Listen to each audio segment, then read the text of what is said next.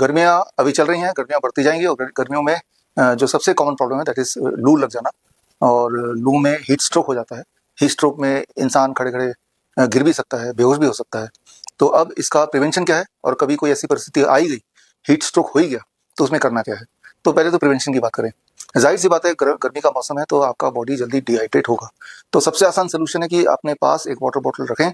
और अगर आप आउटडोर हैं, जैसे मैं अभी इंडोर हूँ तो यहाँ तो एसी चल रहा है, तो यहाँ गर्मी और सर्दी का कुछ फर्क ही नहीं पड़ता है। लेकिन अगर आप आउटडोर हैं, स्पेशली अगर आपको आउटडोर की आदत नहीं है और फिर आप आउटडोर हैं, तो आपको पानी लेना पड़ेगा और पानी लगातार पीते रहना पड़ेगा।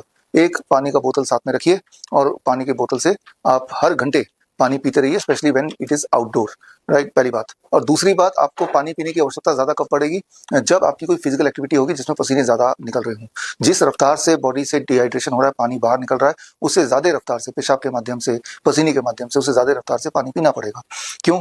क्योंकि होता क्या है, what is heat stroke. Heat stroke अगर टेक्निकली आप जाने कि अगर बॉडी में पानी की मात्रा कम हो जाएगी तो ब्लड वॉल्यूम भी कम हो जाएगा। ब्लड वॉल्यूम कम हो जाएगा तो ब्रेन में ब्लड थोड़ा कम हो जाएगा, जिससे आपको बेहोशी आ सकती है और इंसान बेहोश हो ही जाता है, और इसे बोलते हैं हीट स्ट्रोक।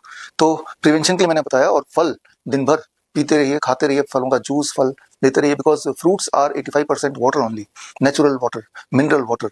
तो ये छोटी सी बात है जिसका ध्यान रखेंगे तो आपको हीट में कोई भी फर्क नहीं पड़ेगा, आप अपने काम कर सकते हैं चाहे कितनी भी गर्मी क्यों ना हो। अब मान लो किसी को हीट स्ट्रोक हो ही जाता है, हीट स्ट्रोक हो जाएगा तो जाहिर सी बात है वो या तो बेहोशी में की हालत में होगा या बेहोश हो ही जाएगा।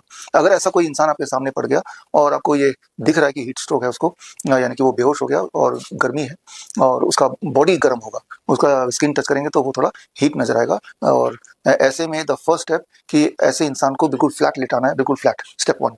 स्टेप 2, उसके पैरों को रेज कर देना है। पैरों के अगर मान लो कुछ भी नहीं है, फॉर एग्जांपल अगर मैं यहाँ हूँ तो मेरे पास क्या है, यहाँ पे अगर मैं जाऊँ तो एक ये कुर्सी मेरे पास है, राइट। तो ये जो कुर्सी है, और अगर मैं आपको दिखाऊं तो कुर्सी, अगर मैं ही पेशेंट हूँ और कोई हेल्प कर रहा है तो ऐसे लेट गया, वो तो पेशेंट लेटा हुआ है, उसके पैर ऐसे हैं, लाइक दिस, ये पोस्चर है। इस पोस्चर से फायदा क्या होगा कि कुछ मिनट में blood will go towards the brain, और ऐसे में उसको 2 4 5 मिनट, 10 मिनट, 15 मिनट में उसका होश वापस आ ही जाएगा। और जब होश वापस आ जाए और जब वो बैठने लायक हो जाए, तब बिठा के फिर उसको पानी पिलाना है। और उस वक्त जब वो बेहोशी की हालत में हो, तब उसको ठंडक पहुंचाने के लिए आप कोई टॉवल होगा उसको पानी में निचोड़ेंगे और उसको टॉवल को या बेडशीट को पानी में निचोड़ के उसके ऊपर रैप कर देंगे ताकि बॉडी ठंडा हो जाए। उसके माथे पे भी रुमाल वगैरह से ठंडा कर सकते हैं। और होश में आने के बाद जब वो बैठ जाए, इसी सूरत में उसको पानी पिलाना है। आफ्टर ऑल उसकी कमी है, हाइड्रेशन की तो कमी है, छोटी सी बात है। ऐसे में नॉर्मली क्या होता है कि इंसान पैनिक में आता है, उसे लगता है कि इंसान तो मरने वाला है, और फिर वो ये सारा कुछ ना करके वो सीधा एम्बुलेंस बुलाओ, डॉक्टर बुलाओ, लेके जाओ, जबकि इंटरवेंशन की जरूरत उसी वक्त है, right then and there. Intervention पानी हर जगह मिल जाता है, लिटाना है। और अगर आपको कुछ ऐसा नहीं जिससे पैर रेस करे, तो अगर वैसे भी लेटा रहेगा तो भी होश में आ जाएगा, और अगर पैरों को थोड़ा सा ऊंचाई पे रेस करेंगे तो और जल्दी आ जाएगा।